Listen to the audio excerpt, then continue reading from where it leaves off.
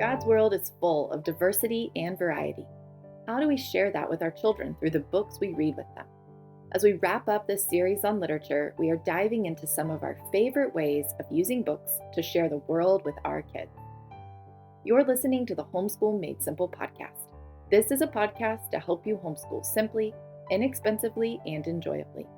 Carole Joy Seid has been helping families homeschool for several decades now through her literature-based approach to education. In this episode from the archives, Carole is joined by our friend Chelsea Jacobs of Yellow House Story Shoppe to share about the wide world of literature. Listen in. I'm sitting here with my dear friend and board member, Chelsea Jacobs, and we wanted to continue our conversation on the issue of books around the world and what it looks like to expose our children to what Chelsea just taught me was brilliant. Windows and mirrors, and she'll explain to you what that means. So welcome back, Miss Chelsea. Thank you. So glad to be here. How has your time been at Sabbath Rest? Oh, I was just telling Carole how beautifully rested I feel. And really, truly, it's just been a little haven. So thank you for creating it. And I hope many moms take advantage of just time away. As I wrote in my journal this morning, I feel like it gave me a chance to hear the song that God is singing over me. Because in the daily life, you sometimes can't hear. So thank you for making a place for that to happen. It's been lovely in every way. I'm so glad. Well, so Chelsea, as you and Mark have adopted a young man named Gabe into your home and family from Rwanda, it has positioned you in a very unique way to be sensitive to reading books with children who don't always look like your son. And tell us about kind of how you've navigated that, and then let's talk about some specific titles. Yeah. Well, what's so wonderful about the Lord, He knew before we did that we would be adopting a son who would have dark skin and have a different story and culture. Because long before he was a part of our family, our little homeschool spent many, many months reading around the world and spending time just learning other cultures. And we really just enjoyed so much of what we learned from stacks of wonderful living books about other countries and people who look different than us.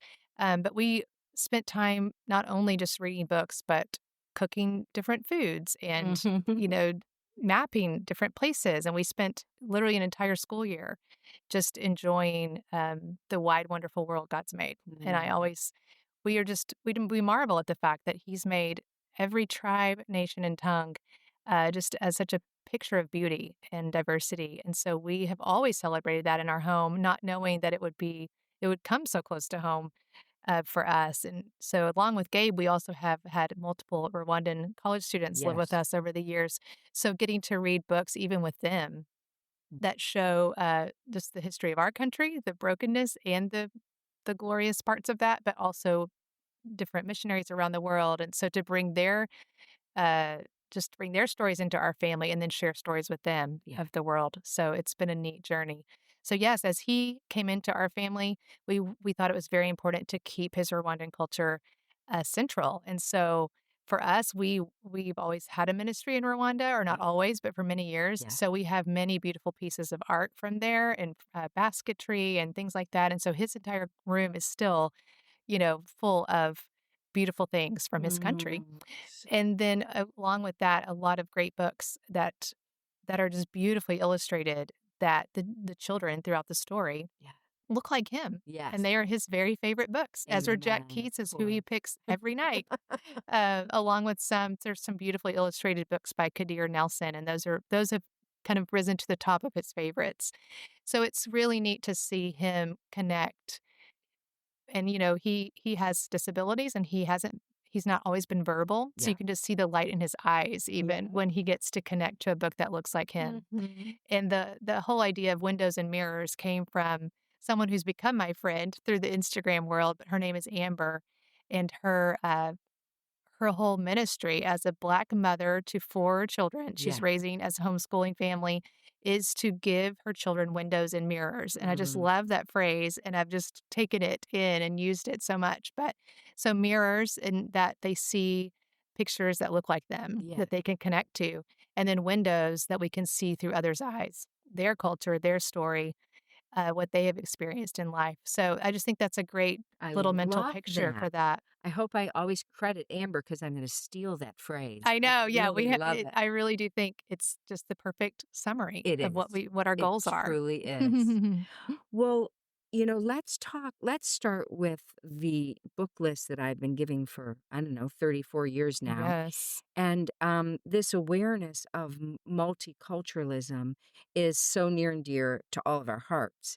So let's talk about some of the books. You mentioned Ezra Jack Keats. Talk about a little bit about him and the books that he's written that you love. Yes. Well, one thing I love is not only studying cultures, maybe for the historical part of what they have walked through, but also just having books that are sweet stories about wonderful families, Happy, healthy happy children families. Yeah, who look different than us. that's right. So it's not always the focus of the book, Yeah. but it brings in culture just by reading about a sweet family who's experiencing something different. So I love Ezra Jack Keats. Every single one of his books just, really ignites imagination still, because I think that's really important. Amen. I will say there's a lot of multicultural lists going around now, and I'm glad for that. I think there are a few that as I read through the books, they just don't ignite the imagination quite like some of these living books do. So Ezra Jack Keats is one of my very favorites for that Mm. reason. And my favorite book of his is Whistle for Willie. Yes. Just saying. Yes, absolutely. Okay, let's talk about Marjorie Flack and the story about Ping set in China. Hmm. I've never met a child who doesn't love this book. Yes. And I've never met a child who doesn't cringe when Ping gets spanked at the end. Yes. And of course, it's about a family of ducks on the yellow Yangtze River and a Yes. little uh, duck that kind of wanders, kind of the sheep that wanders, and goes back home very happily at the end of the book. I love that book. I love the illustrations. It's brilliant. And, one of that makes me think of a book like that is a perfect example of, they don't know that they're learning the culture of China as they're That's reading the right. story about That's Ping. right.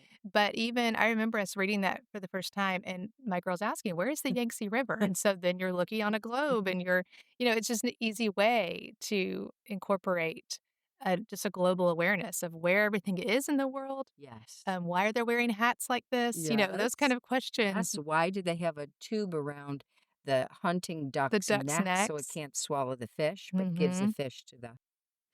Let's talk about my most beloved author. This is his pen name. It's not actually his real name, but he is a Japanese author and illustrator, and he writes under the name Taro Yashima.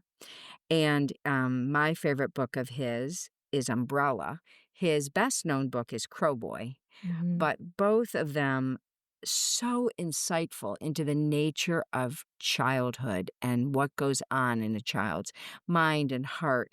Umbrella, about a little girl, Momo, who's given an umbrella and a pair of rubber boots, but it never rains in Japan, and so she's pining to use these.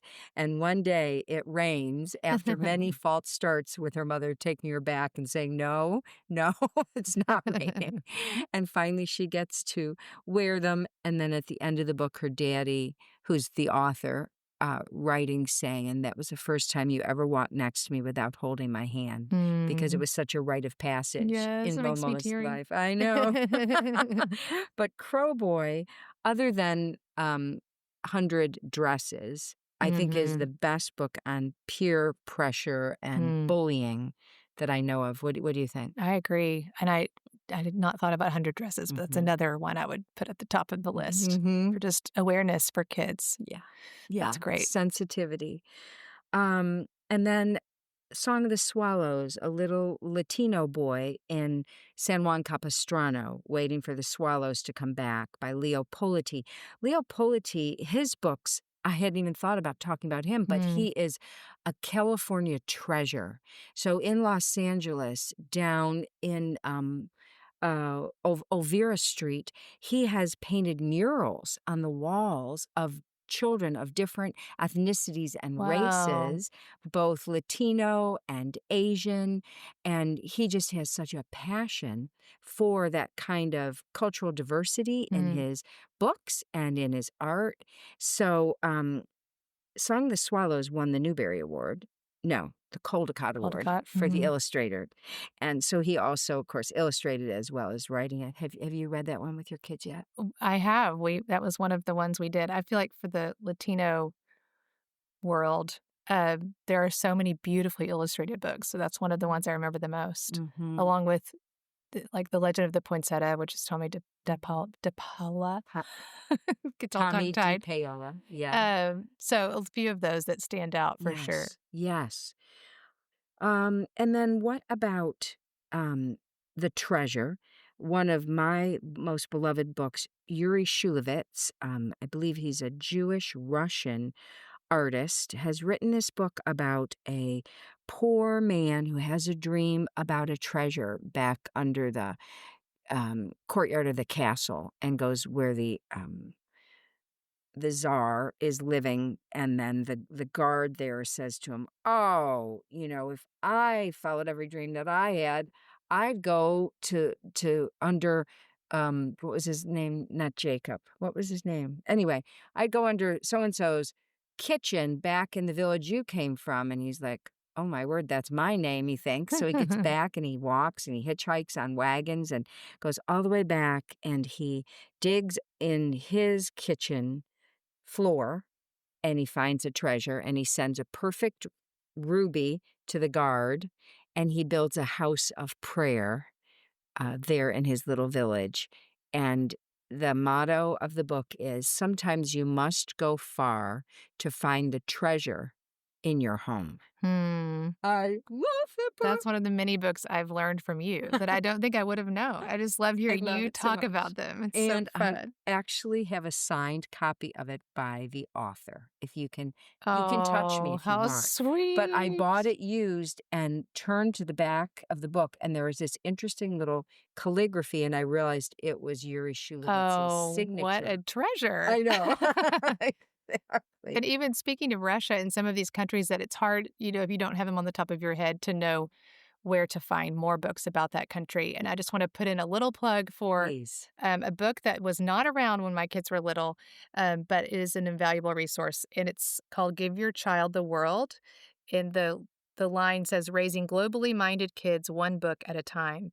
And so it's by Jamie Martin, and she has sections of books with summaries on each country. And so there's an entire page, I was just looking, about Russia, a page and a half, along with every other country around the world. So it's a great resource for some of these countries that are maybe harder to find. Yes, and it's a Zondervan publication, so she must be a believer as well. Yes. So, yeah. They are missionaries and work in ministries and adoptive families. So, yeah, she has lived it, walked it, and done lots of research on it. So I can't wait to get that book. Yeah. Okay, let's talk about The Courage of Sarah Noble, and of course, a true story of how the Native Americans helped Sarah Noble survive alone, in the wilderness while her father went home to get her family. And then The Hannah by Marguerite D'Angeli, our most beloved author. Yes. Talking about Hannah meeting an escaped slave. And you remember her family why? Was helping. Exactly. That's one of those many books where we had conversations after reading that, and we've read it multiple times, but where we really put ourselves in that story and think, what would we do? Would we be a family brave enough to help like they were? And so these stories just bring you right into those moments. And there's a lot of tension in that of like, where would we land? What would we stand for? Would we be able to stand for justice when everyone else was either ignoring it or, caving. Part of the trouble. Marguerite D'Angeli was quite a woman, and she so in the Hannah's family, of course, were Quakers. And so the Quakers basically ran the Underground Railroad. And they were very prosperous. They had a lot to lose, and they put their lives and their fortunes on the line. And so the little slave girl spoke to little Hannah because why? Do you remember? Because she was wearing a Quaker bonnet. And she knew that if someone was wearing that boring, ugly Quaker bonnet that Hannah hated, that she was safe. Right. Exactly. Love it. I love it too. But we also need to talk about Bright April.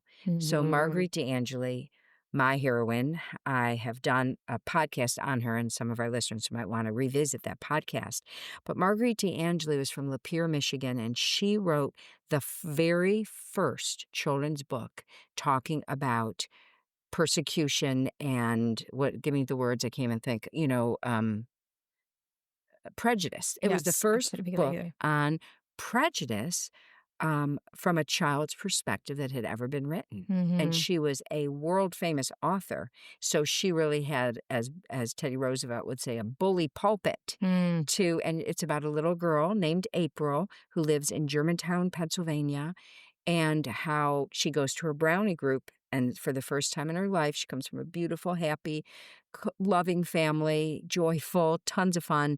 And for the first time in her life, she encounters prejudice and Mm. how the brownie troop works through it and breaks through into victory. And she and the little girl become really close friends through the honesty of talking about these painful things. And that was written, I believe, in the 40s, way ahead of her time. Right. And Love just her. absolutely beautiful at the same time. It That is. book is just It is. gorgeous. Yes, and of course she does the illustrations. Oh my word. Love Mhm. her. And then you want to talk a little bit about the Little House books. Oh, yes. I was talking with Carol about this earlier.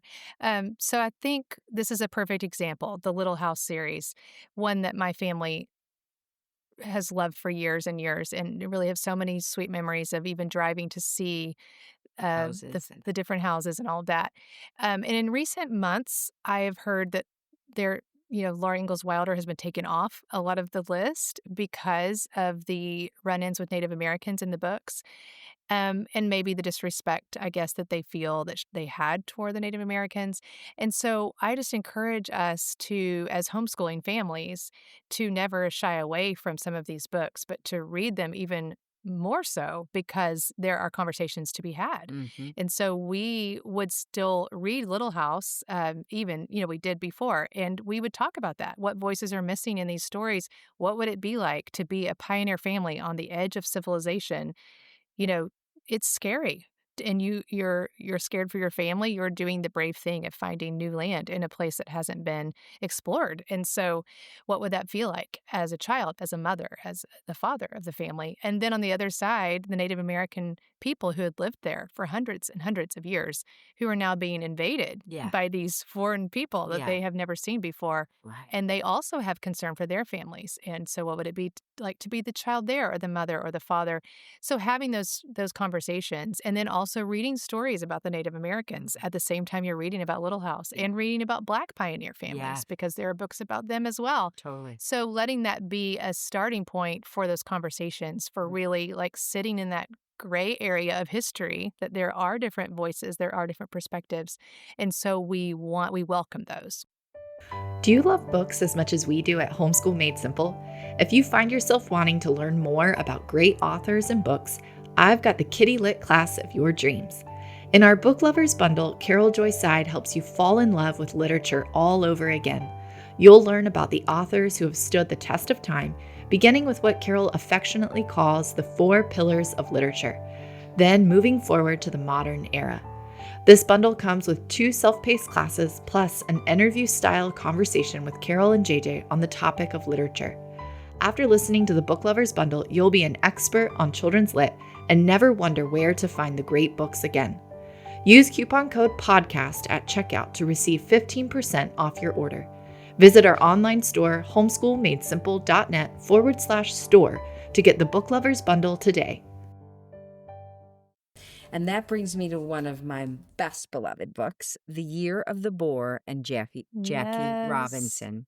Betty Lord, an Asian author who tells a story. You want to tell the story? Well, it's just a wonderful picture of what it's like to come to America as an immigrant, to not know the language, to not know how anything here works. And it was told in the most creative, funny. Yeah. My kids just connected to those characters so much. Her trying to figure out how to play baseball when really she had no construct for what baseball was. But it was told so beautifully in that really could see through her eyes as she was the new student and the new person on the block getting lost trying to find her way home. I mean, it just makes me teary to think like we don't realize what that feels like. That's exactly right.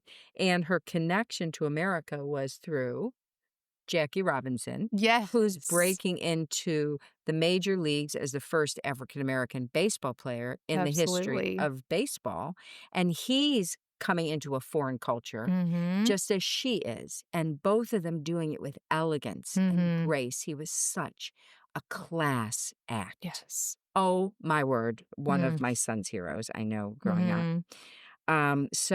And then Watch the Stars come out talking about Jewish immigration Mhm. and just the beauty of, people escaping to freedom Mm. after the pogroms and the persecutions that they endured and having no rights whatsoever and keeping that to always remember. We always remember. We Yes. never forget the Jewish persecutions as they've come in waves. And once again, how the enemy raises his disgusting evil head in this area Absolutely. because they are the people of the book. They are the Mhm. people that gave us our Messiah. And to not honor them and love them and treasure them is how can you be a Christian and not love the Jewish people? Yes. So these books will teach your children things that a sermonette could never teach them. Absolutely.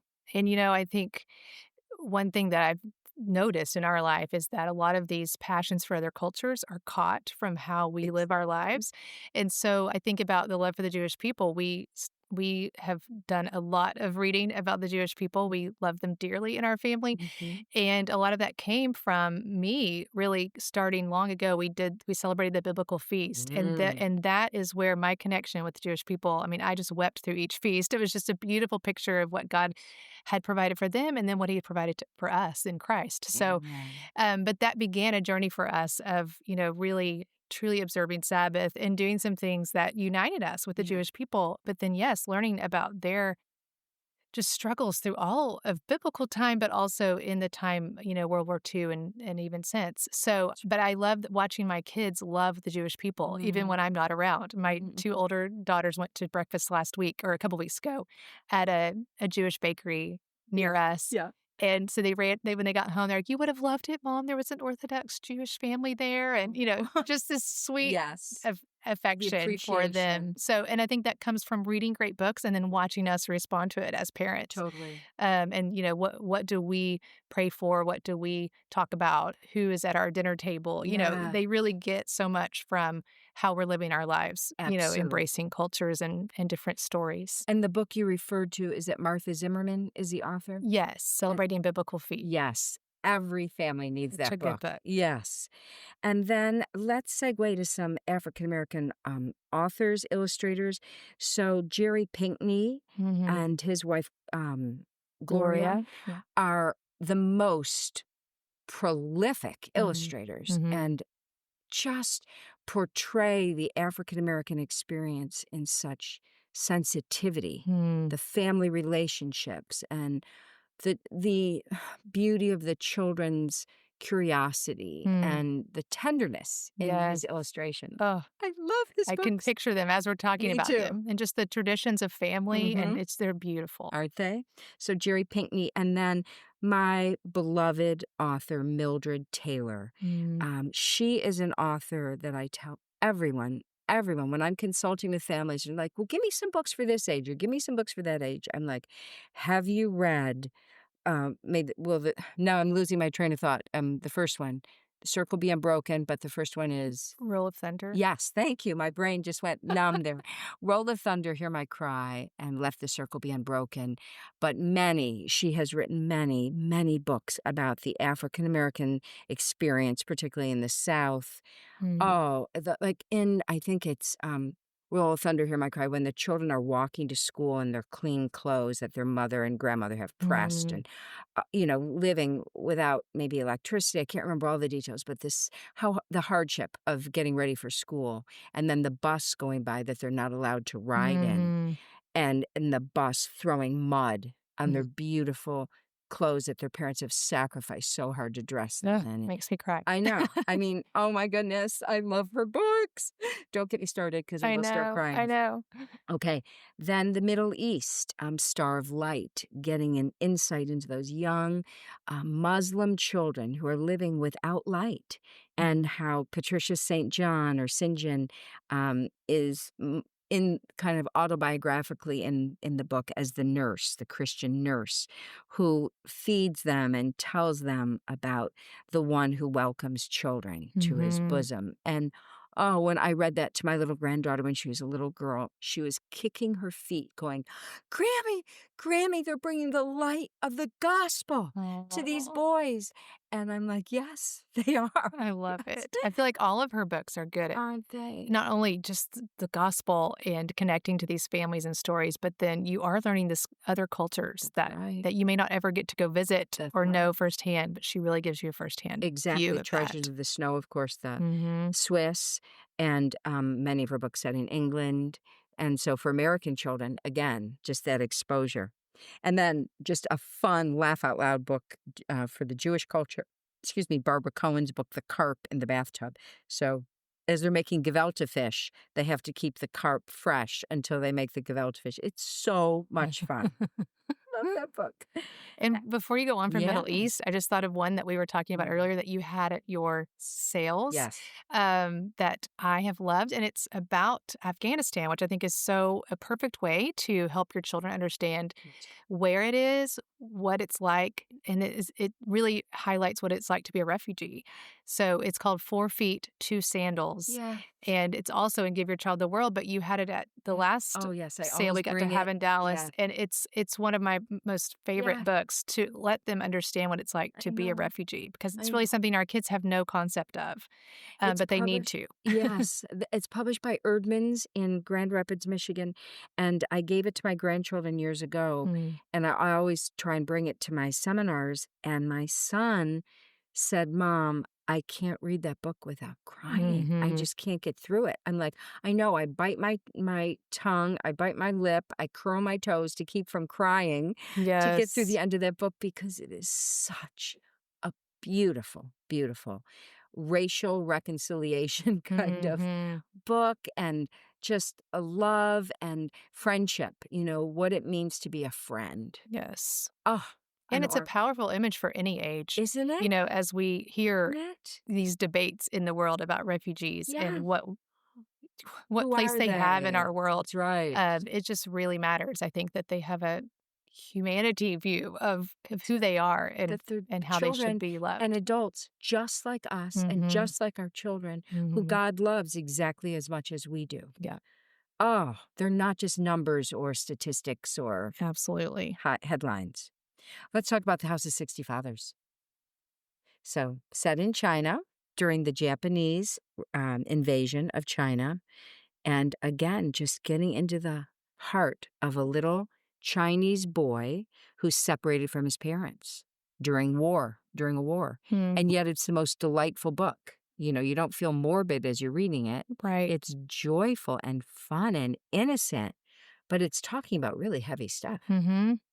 And again, an awareness, yeah, I think I've had this question a lot, even as we talk about World War II or some of these hard, heavy issues. Like, Yeah, how are you doing that with your children? How I are you reading know. those? And when you have read some of these books, you understand that somehow they're able to share hard things with children, these authors, in ways that not only like they can handle Mm. the hard and we can have those conversations, but they connect again to other children, to other families. I think about 20 and 10, Yes. and Talk about that book. that was a powerful book for my young children Yes. to just think about children who are in France, who are in a Catholic school, have the opportunity to be brave and be a part of hiding Jewish Jewish children children. And during the occupation. during occupation. And so it's just one of those books that is told through really the eyes of the children. And so, but it was powerful for my kids. And we talked about that for many, many days after we finished reading it.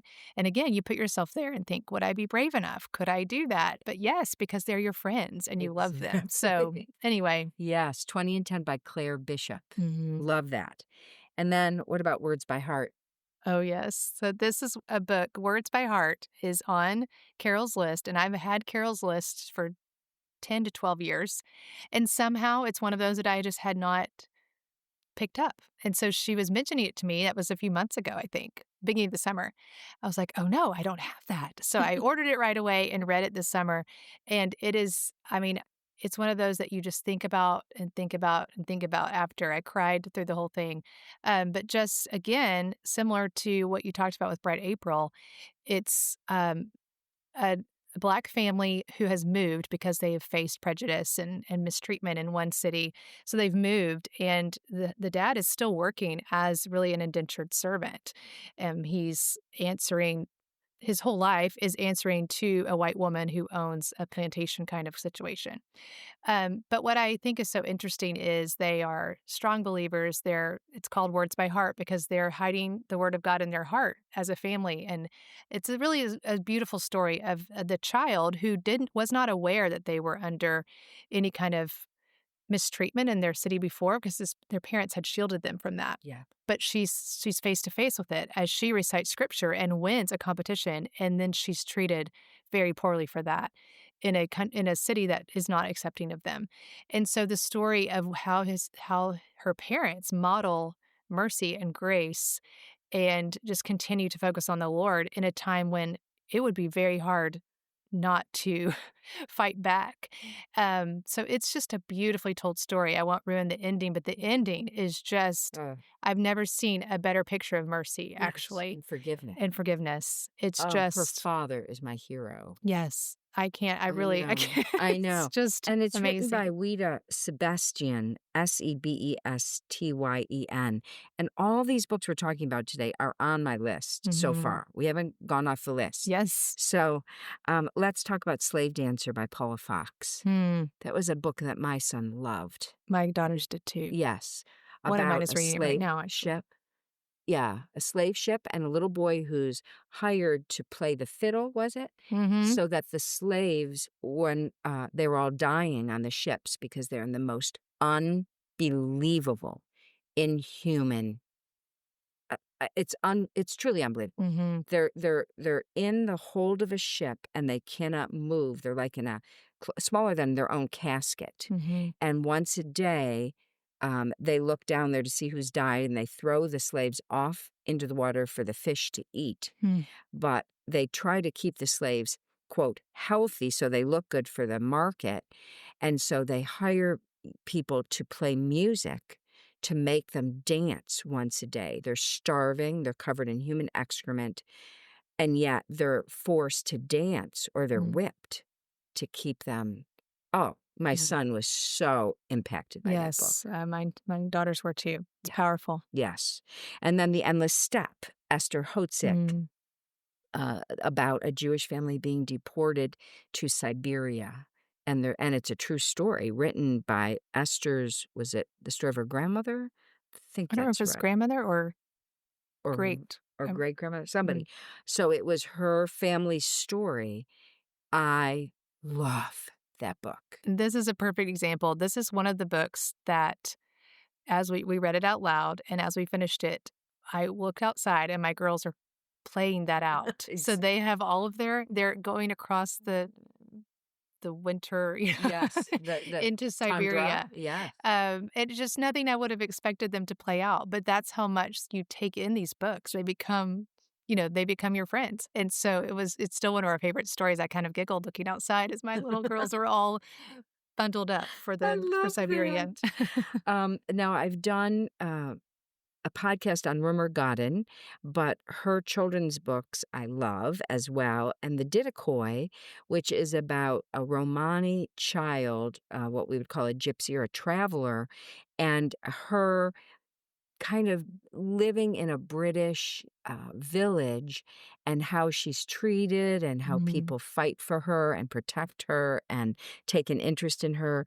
It's a really sensitively written book. Have you read that? I haven't read that one. I love it. It's on my shelf, actually. Yeah. And then, oh my goodness, I just love these books. Sounder by William Armstrong, that will rip your I know. heart. I just have to take a deep breath. I know. It's Talk a hard about that one. book.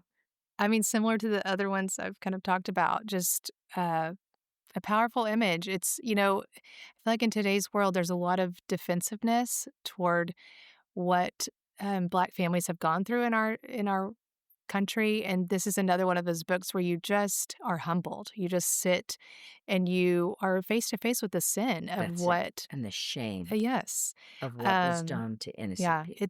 it's a beautiful book, and again, I mean, goodness, my kids definitely connected to it. It was a heartbreaking one. It was. It Oh, includes a dog, and so that just makes it another level I of know. heartbreak. I know. So not only is it talking about persecution, but then there's a dog, and Yes. that breaks your heart twice Yes. with both ends. Oh, yes. Definitely. What a beautifully written book. And we talked about Bright April. Um, let's see here. I want to turn a corner, and you had a few books and also some lists that you were going to recommend. Yes, I think there's some amazing people out there doing some good work in this right now. And again, when my kids were little, we didn't have these resources.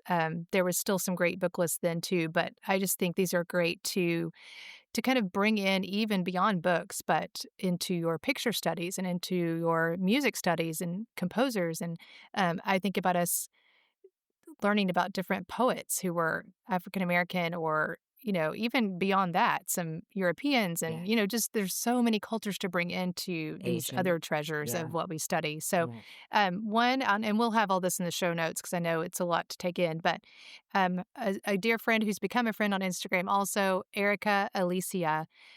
She's a Puerto Rican mother who lives in New York and just talks a lot about when her daughter was little she did not see anyone in books that looked like her, similar to what Amber had said that I shared earlier. So she has done hard work of coming up with book lists by nationality, some wonderful books. Like I think about the Schomburg, The Man Who Built a Library, is a Puerto Rican African American a book that she has on her list that I had not heard of.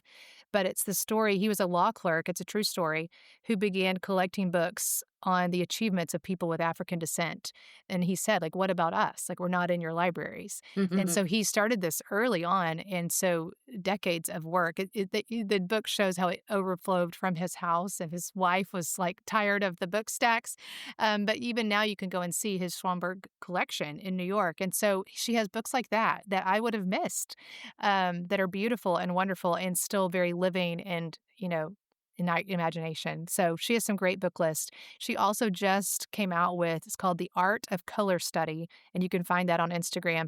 But it is picture studies of artists of color from around the world. And so she's kind of coming out with those every month. And so it's so fun to see who she features next. But again, I feel like they're artists that I could have missed. Yes. So I love the work that she's doing. Same with Amber that I mentioned earlier. She has wonderful Black history resources, some printable things for your kids, and then great book list.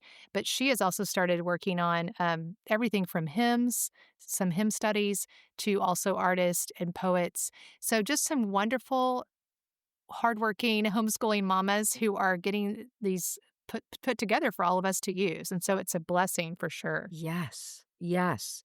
So as we close, what anything we haven't talked about that you just will wake up in the middle of the night and say, "Oh, we forgot that." I'm sure there is. This is an endless subject. It And is. we were talking earlier, to put it all on one podcast is hard Mm. because we just pray that, Mm. the hearts of your family are stirred toward diversity because it was God's first intention is to make a Amen. beautiful world that we celebrate and learn all we can about. So, Oh, well, we are going to continue this conversation over the years. This is a mhm. never-ending saga. Yes. But you've given us so many good tips. Thank you for sharing all that you did, Chelsea. Thank you. If you want to shop from Chelsea's bookstore, you can always visit their website at yellowhousestoryshoppe.com. But if you want to see these beautiful books in person and build your home library, be sure to come to one of our regional seminars. Yellow House Story Shoppe brings books to all of our Homeschool Made Simple seminars, and Chelsea does an amazing job of making them such a special part of the experience. You've been listening to the Homeschool Made Simple podcast. If you like what you heard in this episode, please leave a rating and review on Apple Podcast or Spotify, or share this episode with a friend. It means so much when you help us spread the message of Homeschool Made Simple with others. Thanks for joining us this week on the Homeschool Made Simple podcast. Remember, Jesus' commandments are not burdensome. What he calls you to do, he will enable you to do. Blessings.